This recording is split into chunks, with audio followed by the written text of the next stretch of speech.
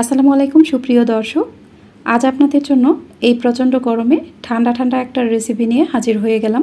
আজ সাবুদানা দিয়ে কলিজা ঠান্ডা করার মতো একটা ডেজার্ট তৈরি করব।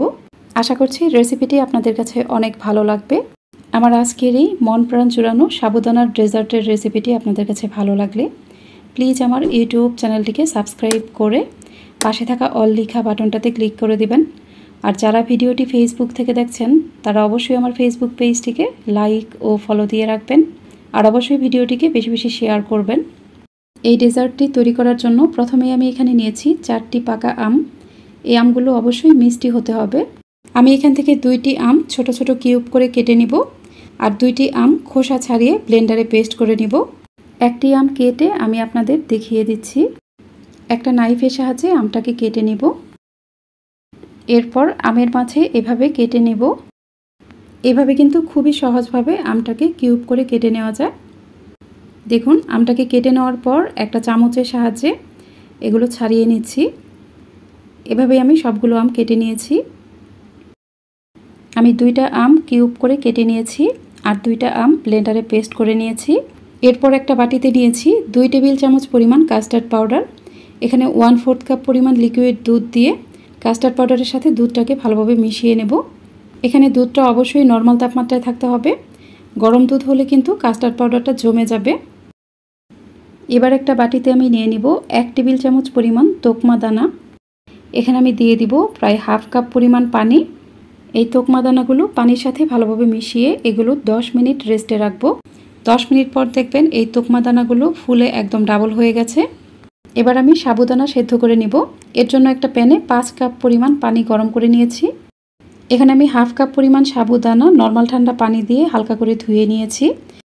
ধুয়ে নেওয়ার সাথে সাথে সাবুদানার গায়ের পানিটা ঝরিয়ে নিয়েছি। আমি এই ড্রিঙ্কসটা বানানোর জন্য এখানে ছোট সাইজের সাবুদানাটা নিয়েছি। অবশ্যই যে কোনো ড্রিঙ্কস বানাতে ছোট সাইজের সাবুদানাটাই নেবেন। সাবুদানাগুলো এই গরম পানিতে দিয়ে দিলাম। এই সাবুদানাগুলোকে আমি ভালোভাবে সেদ্ধ করে নিব। এগুলো সেদ্ধ হতে প্রায় 15 মিনিটের মতো সময় লাগবে।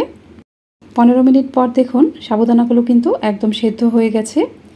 এখন আমি এই সাবুদানাগুলো চুলা থেকে নামিয়ে একটা স্ট্রেনারে ছেঁকে নিব। সেদ্ধ হওয়ার সাথে সাথে এগুলো একটা স্ট্রেনারে ছেঁকে নিতে হবে। এবারে সাবুদানার মাঝে আমি কিছুটা ঠান্ডা পানি দিয়ে দিব। এই সাবুদানাগুলো ঠান্ডা হতে থাক, এই ফাঁকে আমরা ডেজার্টের জন্য দুধটা রেডি করে নিব। আমি একটা প্যানে নিয়েছি 1 লিটার পরিমাণ লিকুইড দুধ। এই দুধটাকে ভালোভাবে নেড়ে নেড়ে একটা বলক আসা পর্যন্ত অপেক্ষা করব। দুধে যখন ভালোভাবে একটা বলক চলে আসবে তখন আমি এখানে দিয়ে দিব 1/2 কাপ পরিমাণ চিনি। এখানে মিষ্টির পরিমাণটা আপনারা নিজেদের টেস্ট অনুযায়ী দিতে পারেন, তবে এখানে 1 লিটার দুধের জন্য 1/2 কাপ পরিমাণ চিনি একদম পারফেক্ট হবে। চিনি দেওয়ার পর দুধটাকে কিছুটা জাল করে তারপর আমি এখানে কাস্টার্ড পাউডার দিয়ে দিব। কাস্টার্ড পাউডারটাকে আমি ভালোভাবে নেড়ে মিশিয়ে নেব। এ পর্যায়ে দেখবেন কাস্টার্ড পাউডারটা নিচে জমা হয়ে আছে, তাই এটা ভালোভাবে নেড়ে মিশিয়ে তারপর অ্যাড করতে হবে। কাস্টার্ড পাউডারটা ভালোভাবে মিশিয়ে নেওয়ার পর আমি এটা দুধের মাঝে দিয়ে দিব। আর কাস্টার্ড পাউডার দেওয়ার সময় চুলার আঁচ একদমই কম রাখতে হবে। আমি এক হাতে অল্প অল্প করে কাস্টার্ড পাউডার দিব, আর এক হাতে অনবরত নাড়তে থাকবো। এ পর্যায়ে কিন্তু চুলার আঁচটা একদমই কমিয়ে রেখেছি। কাস্টার্ড পাউডারটা খুব ভালোভাবে মিশিয়ে নেওয়ার পর আমি চুলার আঁচ বাড়িয়ে দেব। এরপর আমি দুধটাকে ভালোভাবে ফুটিয়ে নেব। কাস্টার্ড পাউডার দেওয়ার পর দুধটাকে জাল দিয়ে অনেকটা ঘন করে নিতে হবে। আর এই পর্যায়ে এটা অনবরত নাড়তে থাকতে হবে। খেয়াল রাখবেন দুধের উপরে যাতে কোনো সর না পড়ে। দুধটাকে আমি ভালোভাবে জাল করে নিয়েছি। আমি একটা চামচের সাহায্যে আপনাদের দেখিয়ে দিচ্ছি। দেখুন দুধের ঘনত্বটা কেমন হবে। আমি এই দুধটাকে এর থেকে আর বেশি ঘন করব না। এ পর্যায়ে আমি চুলাটা বন্ধ করে দিব। চুলাটা বন্ধ করে দেওয়ার পর দুধটাকে এইভাবে অনবরত নাড়তে থাকবেন, নাহলে কিন্তু দুধের উপরে সর পড়ে যেতে পারে। এ পর্যায়ে আমি দুধটাকে চুলা থেকে নামিয়ে ফেলব। দুধটাকে চুলা থেকে নামিয়েই সাথে সাথে একটা বাটিতে ঢেলে নেব। এরপর এই দুধটা পুরোপুরি ঠান্ডা হয়ে যাওয়া পর্যন্ত এইভাবে অনবরত নাড়তে থাকব। দুধটা যখন পুরোপুরি ঠান্ডা হয়ে যাবে তখন আমি এটা নর্মাল ফ্রিজে রাখবো। নর্মাল ফ্রিজে 2 ঘন্টা রাখার পর আমি এটা বের করে নিব।